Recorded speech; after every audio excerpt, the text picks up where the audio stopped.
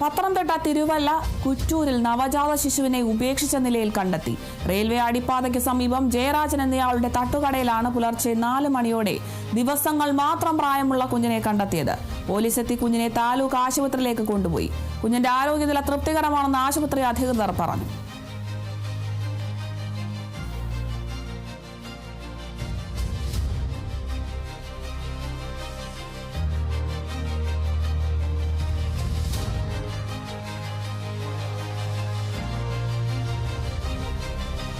പത്തനംതിട്ട തിരുവല്ലയിലാണ് ഇത്തരത്തിൽ ദാരുണമായ ഒരു സംഭവം നടന്നിരിക്കുന്നത്. നവജാത ശിശുവിനെയാണ് ഉപേക്ഷിച്ച നിലയിൽ കണ്ടെത്തിയിരിക്കുന്നത്.